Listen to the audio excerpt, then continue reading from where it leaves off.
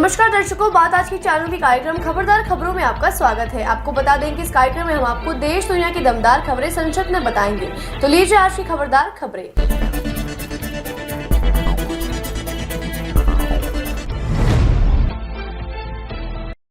उत्तर प्रदेश के मेरठ में हिंदूवादी संगठनों ने कार्यकर्ताओं ने बड़ी संख्या में बांग्लादेशी कट्टरपंथियों का पुतला जलाया।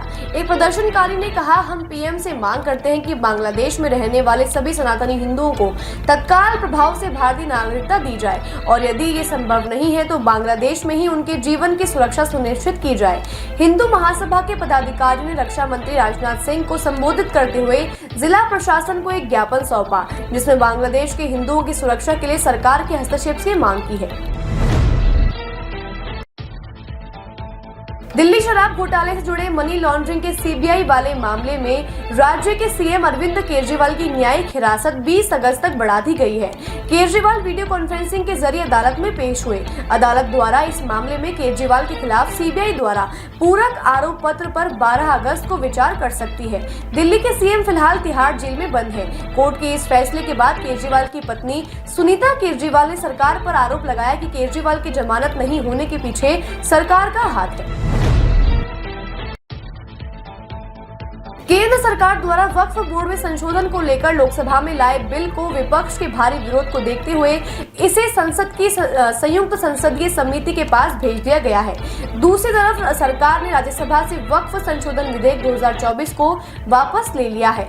किरण रिजिजू ने सदन में वक्फ विधेयक 2024 पेश किया और विभिन्न दलों की मांग के अनुसार लोकसभा अध्यक्ष से इसे जीपीसी का गठन कर उसके पास भेजने का अनुरोध किया है। साथ ही रिजिजू ने लोकसभा अध्यक्ष से कहा कि अधिक से अधिक हितधारकों को बुलाएं और उनकी राय सुने। 10 साल में ऐसा पहली बार हुआ है कि मोदी सरकार का कोई बिल अटका हो।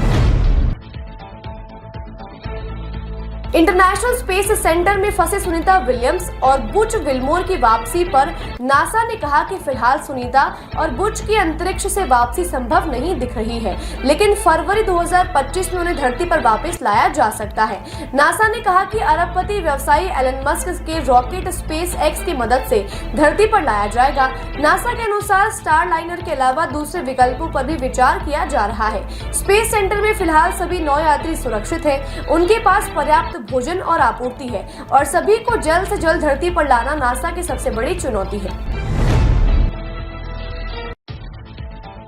अमरनाथ तीर्थ यात्रियों का एक और जत्था गुरुवार सुबह जम्मू के आधार शिविर यात्री निवास से रवाना हुआ। यह अब तक का सबसे छोटा जत्था है, जिसमें कुल 574 श्रद्धालु हैं, जिसमें 447 पुरुष, 76 महिलाएं और 21 साधु शामिल हैं। इस जत्थे को बालटाल रूट से दर्शन के लिए भेजा जा रहा है, क्योंकि खराब मौसम के कारण पहलगाम चंदनवड़ी मार्ग को ठीक किया जा रहा है। अमरनाथ यात्रियों का अंतिम जत्था भी 19 अगस्त को बालटाल मार्ग से रवाना किया जाएगा। अमरनाथ यात्रा अपने अंतिम चरण में है, जिसके चलते बहुत ही कम संख्या में तीर्थ यात्री अमरनाथ के लिए आ रहे हैं। इस साल अब तक 5 लाख से अधिक श्रद्धालु गुफा में बाबा के दर्शन कर चुके हैं। यूक्रेन ने पहली बार 1000 सैनिकों के साथ बख्तरबंद गाड़ियां और टैंक लेकर रूस के कुर्स्क इलाके में काफी अंदर तक घुसकर रूसी सेना पर बड़ा हमला बोला है।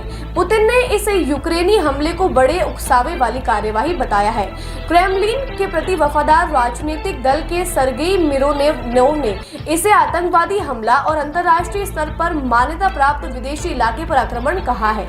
वहीं रूस के रक्षा मंत्रालय ने कहा कि रूसी सेना और संघीय सुरक्षा सेना ने यूक्रेन को रोक दिया है और कुर्स्क इलाके में यूक्रेनी इकाइयों से लड़ रहे हैं। अमेरिका ने इस हमले पर कहा उसे इस हमले की कोई जानकारी नहीं है। वहीं पुतिन ने कहा कि रूस इस हमले का भयानक बदला लेगा, जिसका अंजाम पूरी दुनिया देखेगी। प्रधानमंत्री मोदी शनिवार को केरल के वायनाड में भूस्खलन प्रभावित क्षेत्रों का दौरा करेंगे। मोदी शनिवार को दोपहर कलपेट्टा पहुंचेंगे। मोदी का यह दौरा केरल के सीएम पिनरई विजयन की उस मांग के बीच हो रहा है, जिसमें विजयन ने वायनाड आपदा को राष्ट्रीय आपदा मानने का अनुरोध किया है। उन्होंने कहा कि उनके अनुरोध के बाद गृह मंत्रालय ने आपदा की गंभीरता की जाँच करने और इस संबंध में एक रिपोर्ट प्रस्तुत करने के लिए 9 सदस्यीय समिति नियुक्त की है। विजयन को उम्मीद है कि पीएम मोदी एक व्यापक पुनर्वास पैकेज की घोषणा इस दौरे पर कर सकते हैं। केरल सीएम ने साथ ही यह भी कहा कि लापता लोगों की अभी भी तलाश जारी है और उत्तरी केरल में करीब 138 लोग अभी भी लापता हैं। 78वें स्वतंत्रता दिवस यानी 15 अगस्त से पहले लाल किले समेत दिल्ली के सभी इलाकों में सुरक्षा बढ़ा दी गई है। इस बार दिल्ली पुलिस सुरक्षा को देखते हुए ई परीक्षण ऐप से लोगों का सत्यापन करेगी। इस ऐप को इसी साल लॉन्च किया गया है, जो काफी मददगार है। इस ऐप में उनका डेटा फीड रहेगा, जिससे लाल किले के आसपास और लाल किले से जुड़े जितने भी लोग हैं उन सभी की जानकारी, उनका क्रिमिनल बैकग्राउंड और वह किस राज्य से है, इन सबकी जानकारी दिल्ली पुलिस के पास रहेगी।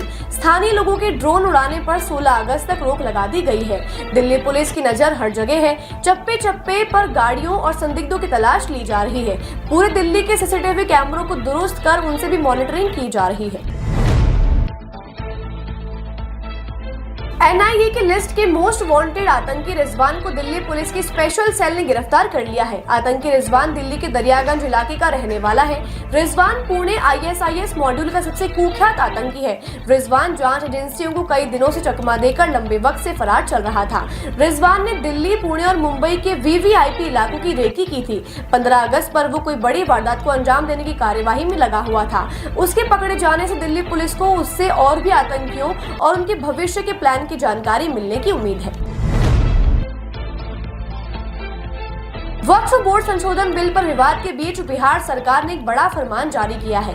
बिहार के कानून मंत्री नितिन नवीन ने बिहार के सभी जिला अधिकारियों को सभी मंदिरों, मठों और ट्रस्टों के अनिवार्य तौर पर रजिस्ट्रेशन के आदेश जारी किए हैं। साथ ही अचल संपत्तियों का पूरा ब्यौरा राज्य धार्मिक न्यास बोर्ड को सौंपने के लिए भी आदेश जारी किए गए हैं, जिन्हें न्यास बोर्ड की वेबसाइट पर अपलोड किया जाना अनिवार्य है, ताकि गलत तरीके से इसकी बिक्री या खरीद करने वालों पर एक्शन लिया जा सके।